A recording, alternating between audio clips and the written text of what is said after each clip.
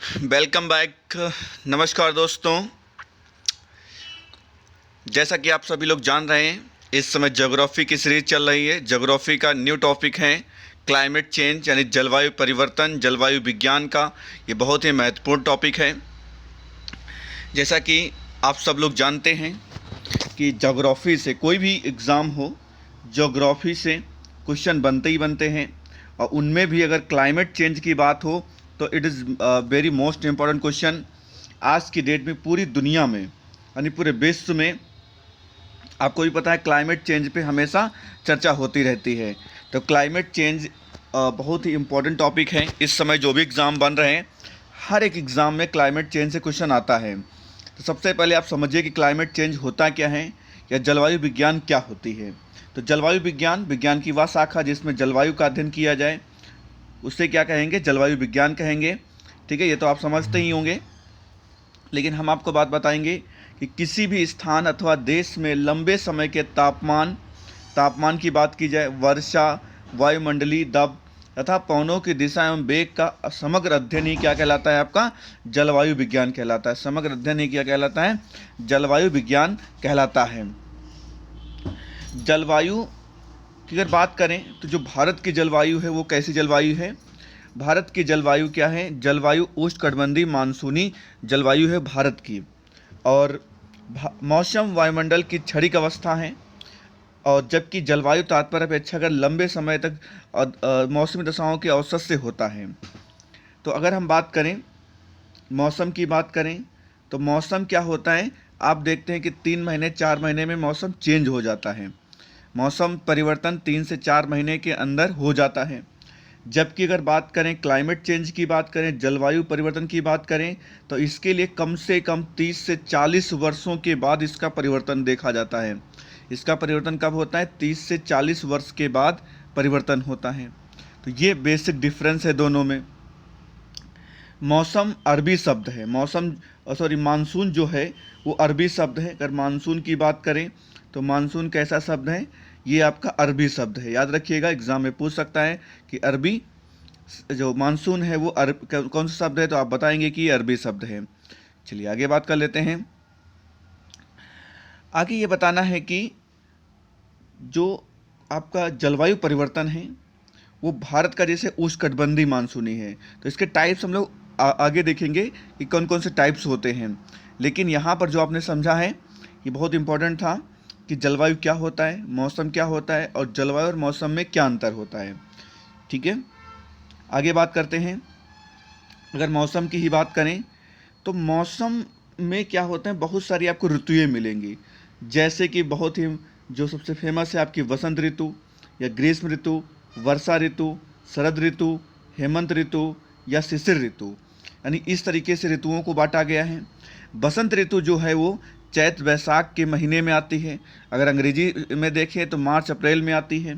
ग्रीष्म ऋतु जो है वो जेठ और आषाढ़ में यानी कि मई जून में आती है।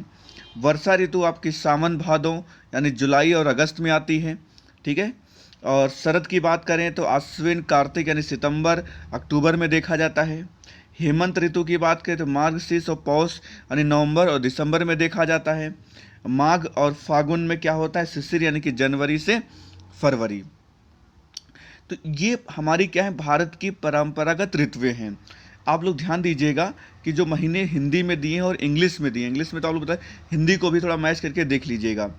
चलिए, अगर हम बात करें जलवायु परिवर्तन की, तो जलवायु परिवर्तन जो होता है उसको नियंत्रित करने वाले कारक कौन कौन से होते हैं, तो आपको याद करना पड़ेगा इसको, बहुत इंपॉर्टेंट क्वेश्चन है। तो इसके लिए मैंने एक ट्रिक बनाया है, लैंड फॉर्म। ट्रिक क्या है आपकी, लैंड फॉर्म। अगर आप शब्द याद रखते हैं, छोटा सा लिखते हैं, लैंड फॉर्म।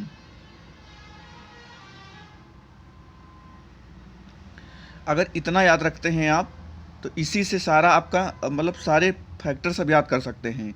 कैसे, चलिए देखते हैं। जैसे सबसे पहले क्या दिया, एल दिया है, फिर क्या दिया, ए दिया है, फिर क्या दिया, एन दिया है। एक एक बताते हैं। ठीक है, लैंड्स फॉर्म आपको याद रखना है। लैंड्स फॉर्म में सबसे पहले क्या होता है, एल होता है। तो एल का मतलब क्या हो जाएगा, लैटिट्यूड। एल का मतलब क्या हो जाएगा आपका, लैटिट्यूड। ठीक है, और फिर क्या है ए से हो जाएगा आपका अल्टीट्यूड, एल से क्या हो जाएगा अल्टीट्यूड, और फिर डी से क्या हो जाएगा आपका, ए से हो जाएगा आपका लैटिट्यूड, ए से क्या हो जाएगा अल्टीट्यूड, एन से क्या हो जाएगा nearness from the sea, D से क्या हो जाएगा direction from the sea, F से क्या हो जाएगा फॉरेस्ट, ओ से क्या हो जाएगा ओशियन करंट, आर से क्या हो जाएगा रेनफॉल, एम से क्या हो जाएगा माउंटेन, एस से क्या हो जाएगा सोयल।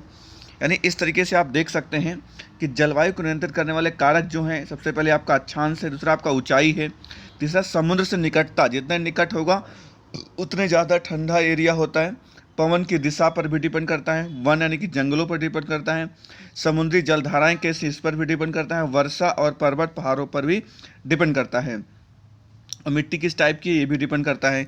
तो जलवायु परिवर्तन को नियंत्रित करने वाले आपके ये जो टॉपिक्स हैं यानी कि जो कारक हैं, आपको लैंडफॉर्म शब्द से याद करेंगे तो आपको हमेशा याद रहेगा, ठीक है।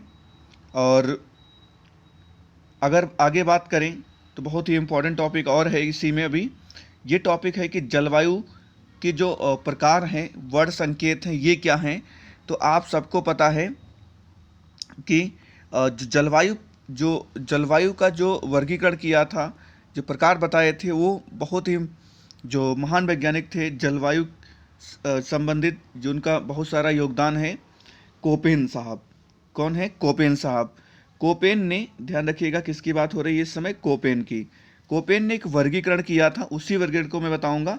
कोपेन ने जलवायु को कई भागों में बांट रखा था। सबसे पहला भाग दिया था लघु शुष्क ऋतु। क्या नाम दिया था? लघु शुष्क ऋतु। और इसका जो वर्ड संकेतक था वो AMW था। यही एग्जाम में डायरेक्ट आपसे पूछता है कि जो कोपेन साहब थे उन्होंने जलवायु के प्रकार को, जैसे लघु शुष्क ऋतु है, उसको क्या संकेत दिया था। अगर इसकी बात करें तो गोवा से दक्षिण में अगर जाएंगे, गोवा के दक्षिण में जाएंगे, पश्चिमी तट पर देखेंगे तो वहाँ पर का क्षेत्र लघु शुष्क ऋतु में रखा गया है। सेकंड जो है शुष्क ग्रीष्म ऋतु को AS से वर्ड संकेत किया गया था। ये तमिलनाडु का कोरोमंडल तट जो है वहाँ की बात कर रहा है। उष्णकटिबंधीय सवाना की बात करें तो इसको संकेत में AW दिया गया था, जो कि प्रायद्वीप पठार का भाग माना गया है। अर्ध शुष्क स्टेपी जलवायु, जिसको BSHW वर्ड संकेत में रखा गया है, और उत्तर पश्चिमी गुजरात, पश्चिमी राजस्थान और पंजाब का कुछ भाग इसी में रखा गया है, ठीक है। और आगे बात करेंगे गर्म मरुस्थल। गर्म मरुस्थल और अर्ध शुष्क स्टेपी, ये हो गया आपका। गर्म मरुस्थल की अगर बात करें तो गर्म मरुस्थल जो है वो BWHW से इसको संकेत किया था। राजस्थान का सबसे पश्चिमी भाग जो होगा वो इसमें आएगा। शुष्क ऋतु, शीत ऋतु, CW जो गंगा के मैदान में आएगा। लघु ग्रीष्म ऋतु ये आपका DFC यानी कि अरुणाचल प्रदेश में आएगा। और साथ साथ में लास्ट में है आपका ध्रुवीय प्रकार E यानी कि जम्मू कश्मीर, हिमाचल प्रदेश और उत्तराखंड में रखा गया है। तो आपने देख लिया कि ये जलवायु संबंधित बहुत ही महत्वपूर्ण प्रश्न थे। अगर इनको आप देख लेते हैं तो जलवायु संबंधित प्रश्न यहीं से आपके हो जाएंगे। जलवायु टॉपिक जो है वो दुनिया के लिए चिंता का विषय है। जलवायु परिवर्तन क्या है, अब भारत देश या किसी राज्य या किसी ज़िले का समस्या नहीं, विश्व की समस्या है। लोग इससे जूझ रहे हैं और आने वाले समय आप देखेंगे इससे संबंधित और भी बहुत सारे बड़े बड़े आंदोलन होने वाले हैं। तो इसीलिए जलवायु परिवर्तन एक महत्वपूर्ण टॉपिक है, यहाँ से क्वेश्चन बनते ही बनते हैं। तो आप सब लोग क्या करेंगे, इसको अच्छे से देखेंगे और एक बार पुनः देखते हुए नोट्स बना लेंगे और इसको बार बार सुनिए, आपको हमेशा के लिए याद हो जाएगा। फिलहाल इस वीडियो में इतना ही रहेगा, फिर हम मिलते हैं एक नए वीडियो के साथ। तब तक के लिए आज्ञा दीजिए, फिर मिलते हैं एक नए वीडियो के साथ। Thank you.